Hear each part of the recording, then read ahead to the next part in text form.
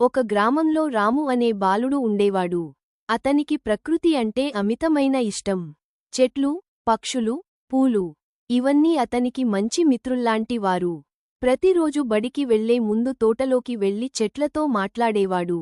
చెట్లను ముద్దుగా పిలుస్తూ, నీవు బాగున్నావా అని అడగడం, ఆకులను తాకి నవ్వడం అతని ఆటలలో ఒక భాగం. ఒకరోజు రాము తోటలోకి వెళ్లాడు. అక్కడ ఓ పెద్ద చెట్టు అద్భుతంగా మెరుస్తూ కనిపించింది. అతని తలపై ఒక పండు కనిపించింది. కాని ఆ చెట్టు ఆ సమయంలో రాముతో ఇలా మాట్లాడింది. రాము అని మెల్లగా పిలిచింది. ఈ చెట్టుపై ఉన్న పండ్లన్నీ నీకే. నీకు ఏది కావాలో అది తీసుకో, కాని నీ నెత్తిన ఉన్న పండును మాత్రం తాకవద్దు అని చెప్పింది. రాము చాలా ఆశ్చర్యపోయాడు. చెట్టు మామా, నువ్వు మాట్లాడగలవా అని అడిగాడు. అప్పుడు చెట్టు, అవును బాబూ, కానీ నేను నీ మంచి కోసమే ఇలా మాట్లాడుతున్నాను అని చెట్టు చెప్పింది. రాము మొదట వినయంగా సరే అన్నాడు. కింద ఉన్న పండ్లను తీసుకొని తిన్నాడు. అవి రుచిగా ఉండటంతో చాలా ఆనందించాడు. రామూకి అప్పుడే మనస్సులో ఒక ఆశ పుట్టింది.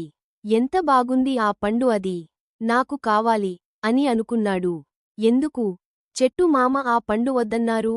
అది ఇంకా తియ్యగా ఉంటుందేమో అని ఆలోచిస్తూ చెట్టు ఎక్కాడు. కొంచెం పైకి ఎక్కిన తర్వాత నెత్తిమీద ఉన్న పండు దొరుకుతుంది అనుకున్నాడు. కాని అతను కొంచెం పైకి ఎక్కగానే కాలుజారి కింద పడిపోయాడు. ఇక రాము బాధతో మొహం తిప్పుకున్నాడు. అప్పుడు చెట్టు రామును చూస్తూ, చెట్టు మెల్లగా ఇలా అన్నది, రామూ, నేను నీకు ఆ పండు వద్దు అన్నది అందుకే, అది చాలా ఎత్తులో ఉంది అందుకే వద్దు అన్నాను అని చెప్పింది. కొన్నిసార్లు మన అవసరాలకన్నా ఎక్కువ కోరిక మనల్ని చాలా బాధకి గురి చేస్తుంది. ఇక ఆ మాటలు విన్న రాముకి నిజమే అనిపించింది. రాము నెమ్మదిగా లేచి కూర్చుని ఆలోచించాడు. తర్వాత చెట్టు దగ్గరకి వెళ్లి మళ్లీ నవ్వుతూ ఇలా అన్నాడు, నన్ను కాపాడినందుకు నీకు చాలా ధన్యవాదాలు చెట్టు మామా. ఇకపై ఎక్కువ ఆశకు పోకుండా జీవించాలి అనుకుంటా అని చెప్పాడు. అప్పటినుంచి రాము ప్రతిరోజు తోటకి వెళ్లి పండ్లను ఆస్వాదిస్తూ, చెట్టు మామ మాటలు గుర్తు చేసుకుంటూ జీవించసాగాడు. కథలోని నీతి: అధిక ఆశ మనిషిని అసంతృప్తికి నెడుతుంది.